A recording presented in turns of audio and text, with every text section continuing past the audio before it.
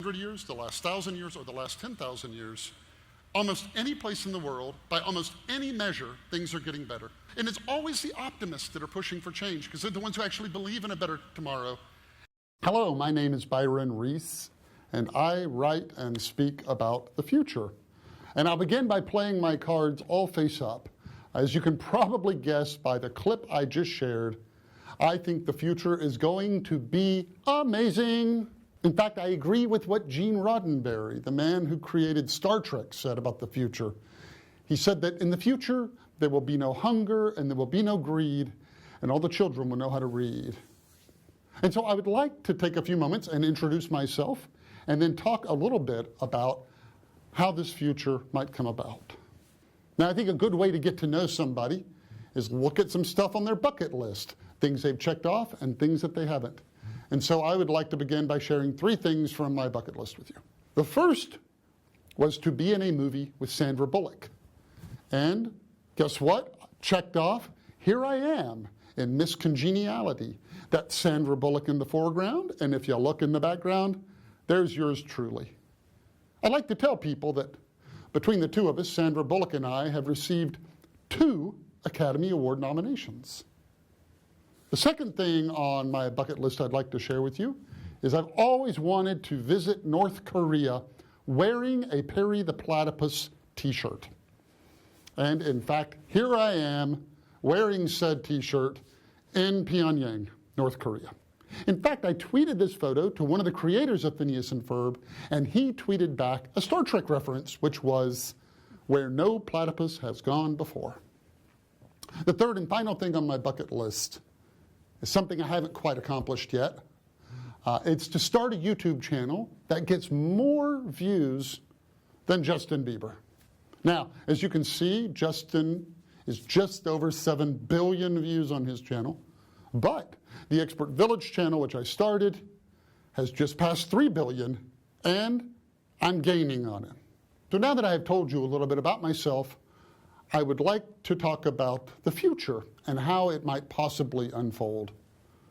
Now, much of what I think about it is in my book, Infinite Progress, which is subtitled How the Internet and Technology Will End Ignorance, Disease, Poverty, Hunger, and War. And in it, I cover all kinds of topics about the future. What will work be like in the future? What about poverty? What about robots? And will computers become sentient? And will we have robot overlords? Is our future going to be like the dystopian movies we see in the movie theater? Or is it going to be some kind of a utopian Shangri-La? And I talk a little bit about this in this clip. Now, I think poverty, hunger, and disease are simply technological problems. And if that is true, if there's no reason they need to exist, and they're just technological problems we haven't solved, then they must have technological solutions. And if, in fact, the rate of technological change is increasing, I believe we'll find these solutions soon. I think the progress that I write about will come about because of technological advances. You've probably noticed that the rate of technological advance continues to increase and increase and increase. In computers, this is because of something called Moore's Law, where the power of computers doubles on a regular basis. But it turns out that all kinds of technology behave this way.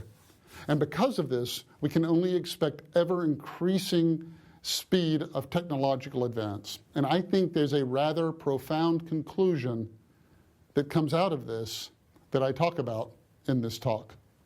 But what does it mean practically? It means practically it took us 3,000 years to get from the abacus to the iPad, and in 25 years, you're going to have something further ahead of the iPad than it is ahead of the abacus. Something in 25 years you cannot even comprehend from where you're sitting right now. And what does this mean? This means, and this is the most important thing I'm going to say in this entire talk, what does it mean? It means that because of this, all purely technical problems will be solved. If it's purely technical, it will be solved. And if we don't solve it today, it took us 10,000 years to get the computers we have today. 18 months are going to be twice as good. 18 months, twice and twice and twice. All technology does that. So all technical problems will be solved. In addition to all of this, we haven't really grasped all the things that the internet is able to do. We understand how it kind of connects us in email and the web and all of those things. But it is becoming something even bigger than all of that, something we can only see in outline at this point. It's becoming a form of a collective memory for the planet, a place to record every cause and effect that happens. And I talk about this aspect of it in this talk here. When a new technology comes out, like the internet, the only way people can understand it is in light of the prior technology, what it's kind of replacing. And that's how come that when TV came out, and people said, hey, what's TV?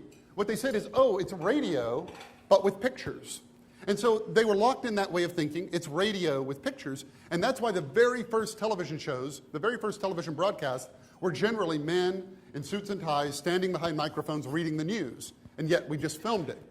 And so it was still radio with pictures in their mind. And it took years and years and years before you could actually do something with the medium that escapes that kind of defines it as its own thing. And then you get things like Battlestar Galactica or Lost, or things you just couldn't have ever done with radio. And I think that's really what has happened with the internet. When the internet first came out, we could only view it in light of the prior technology. One of my hobbies is to give interviews outdoors in high winds so that my hair looks ridiculous while I'm speaking. Here I am talking about where I think this is all heading while I am indulging in that very hobby. This kind of flowering of humanity. And so when you imagine, what if everybody on the planet had that power over their own life to make decisions for themselves? And when, as I said, every Dante can write his Inferno and every Da Vinci can paint his Mona Lisa, you can only look forward with great hope and expectations of just all the possibilities that will have for the planet. And that kind of uplift, you think, will nullify a lot of the negative effects. But hey, let's not be too Panglossian. The point is we are going to have to go through some bad stuff first. Is that not the case? Well, I think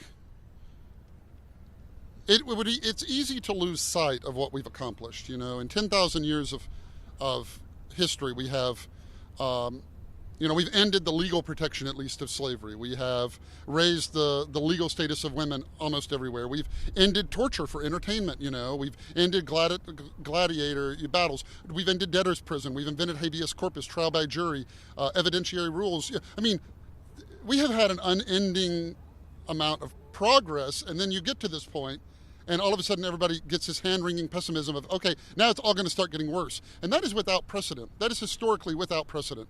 Now, the way we got that way, the way we were able to progressively, I think, advance civilization was by dealing with all the hard challenges and all the hard issues as they came up. And so it's always easy to look at the cases where we're failing and think that's the story. The big story is, we are progressing, and we have so much more left to do, but the trend line is pointing in a good direction, I believe. So that is what I think about the future. And the good news is that absent some kind of comet hitting the Earth scenario, I don't really think there's a way we can mess this up. If you think about it, all the hardest work has already been done. Humanity managed to claw its way from barbarism to civilization. And it's up to us to finish that job. Thank you very much.